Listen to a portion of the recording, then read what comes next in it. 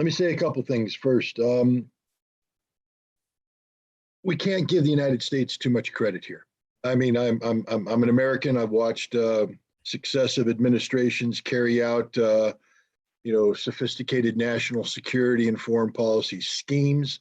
Most of them not to the betterment of international peace and security, but there is a national security establishment in the United States, a foreign policy establishment that has not been engaged consistently. And what I mean by that is we had the Obama administration, 8 years of the Obama administration get purged from Washington, D.C. Power circles by Donald Trump, who had a completely different chaotic approach toward national security and foreign policy, especially when it came to Russia, NATO, and Ukraine. And so the Obama neoliberal movement, which was heavily invested in Ukraine and did have a strategy, was thrown off its game. They did not come back into power until January of last year. And they were immediately thrown a number of curveballs. So the notion that a Jake Sullivan, that a Tony Blinken, and people of this ilk suddenly were able to, boom, come up with the most sophisticated, mind-bending national security chess game that confused the hell out of a country like Russia that's only had 20 years of consistency in terms of its government, foreign policy, and national security decision-making, and faked Russia, pulled them into coming into a trap, is absurd in the extreme. Russia controls this timeline. Russia has set the narrative. Russia's doing exactly what Russia wants to do. There is no trap. If anything, Russia has sucked the West into a trap because Russia is, once and for all, solving the Ukraine problem. And I will also say this when it comes to any notion of a negotiated settlement, there will be no negotiated settlement. Russia doesn't come out and say, we're going to denazify Ukraine, only to empower the Nazis with a ceasefire. And anybody who thinks that Russia isn't going into Lvov doesn't know Russia. The only way this thing is solved is for Russia to seal the border between Ukraine and Poland, preventing any connectivity. Not only that, with Romania as well. Ukraine will be isolated for a moment by Russian troops. Inside Ukraine, there will be a purging of these ultranationalists. They will be destroyed as a military movement. They will be destroyed as a political movement. And anybody who thinks there's going to be a viable insurgency doesn't know jack squat about the Russian security services. Yeah, the CIA may have been doing stuff in Russia since 2015. You know who's been doing in Ukraine? You know who's been doing stuff in Ukraine forever? The Russian intelligence services, the Russian security services. When I went to Ukraine in 1997 to meet with Kravchuk, I can't remember his name right now, about Ukraine's empowerment of weapons dealers who were dealing illegally with Iraq. I had a problem because I was meeting with the National Security Council, who were very pro-NATO. And they were sitting there the whole time. I'm sitting there saying, you guys got to shut this stuff down. You can't be shipping weapons technology off to Iraq. It's a violation of United Nations Security Council, et cetera. And they were like, yeah, we hear you. But if we do this, will you put a good word in us with the United States for NATO? I said, I'm a United Nations official. I don't do that. I'm sorry. What I can do is send a report to my boss, who will assuredly report to the Security Council. The United States is a member of the Security Council. We'll hear about all the great things you did to shut down this illegal transfer of weaponry to Iraq. But that's all I can do. No, but we need to be part of NATO. And then I said, well, I'd like to speak to your security services guys because, you guys are policymakers. I need to speak to the goons, thugs, the guys who actually twist arms and make things happen, the SBU. And they said, oh, no, you can't do that. The Russians control the SBU. This is 1997. The Russians have always controlled the SBU. The Russians have always controlled everything in Ukraine. Now, it's gotten a little politically out of hand after Maidan, et cetera. But the notion that Russia is suddenly blind, deaf, dumb, Ukraine is absurd.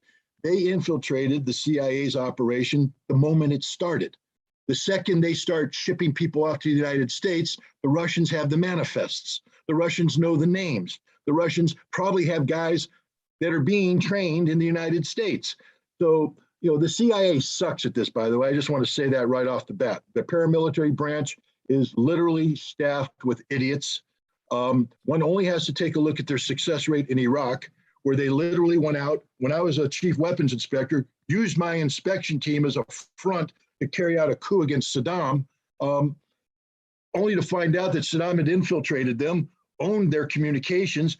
Saddam was the one, or Saddam's people were communicating with them. And then when they said, execute the coup, they executed 600 people, got on the phone with the CIA and Amman and said, hey, thanks a lot for the fancy satellite communications equipment. We really appreciate the contribution to our effort. Click. And these are the same guys that went to Afghanistan and totally screwed that up. And suddenly these incompetent goons who can't do anything right are supposed to be geniuses in setting up a counterinsurgency and unconventional warfare in Ukraine. Not on your life. They will be purged. They will be annihilated. The Russians aren't playing games. Now, another reason why I want to point out that the Russians aren't playing games is take a look at what they're doing in Ukraine right now. If you study Russian military doctrine, and I've been doing that my entire life, artillery is the queen of battle, but artillery is the cornerstone of everything the Russians do. You don't go into an offensive operation until you level the opposition with artillery. What has not been in play in Ukraine today? Russian artillery. Yeah, they fire some preliminary barrages, but then that's it. They shut down. What else has the Russians not used? Electronic warfare. The Russians should have shut down everything. There should be no internet, no communications, no connectivity. That's what you do in combat when you want to overwhelm and defeat your enemy. Russia does not view Ukraine as its enemy. That's what people need to understand here. The Russians have gone in soft as you can possibly go.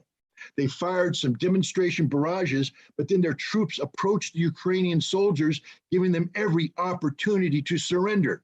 And in the process, the Ukrainians sometimes get the drop on the Russians, and the Russians suffer casualties. Imagine the United States going into Iraq soft. We didn't. If you were on the highway when we came into Iraq, we shot your car.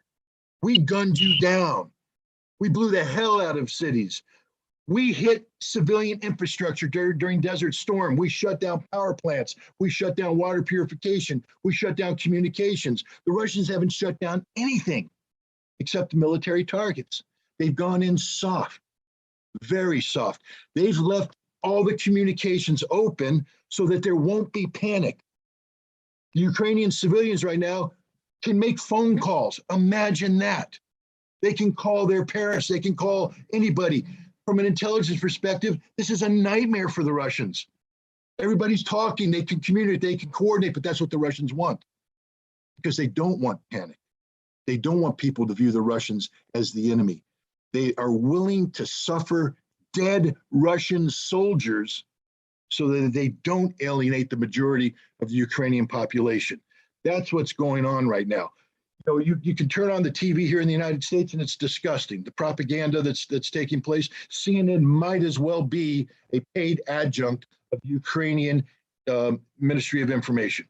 The garbage that's put out there about what's going on in Ukraine. And I can't tell you that I know the truth because no one does right now, the fog of war and things of that nature. But what I can tell you is if you know anything about the Russians and how their military operates, you will see that there is a gigantic departure away from doctrine. And the reason that's taking place is the Russians are going in soft because the Ukrainian people are not their enemy. The Ukrainian army is not their enemy. Their enemy are these ultra-nationalists, neo-Nazis who hell is about to be unleashed on them. I mean, we can sit here and say how nice the Russians are to the average Ukrainian citizen. I also know enough about Russia to know that there will be no mercy to these Azov people. And as somebody who's a proponent of human rights, I can't say I'm thrilled about this. I believe in justice. I believe in due process. I believe people should be arrested if charged with crimes and then prosecuted in a court of law where they have full access to, the ability to defend themselves from the charges put forward by the government. There may be some of these, but there'll be show trials, kangaroo courts. But mostly people are going to die screaming in a back alley. There's not going to be mercy for the Azov battalion, these neo-Nazis, these people who put swastikas on their helmets, these people who worship Bandera, these people who give parades to the 12th SS Panzer Division. Their day is over. And most Americans don't understand this. My wife is from the Republic of Georgia.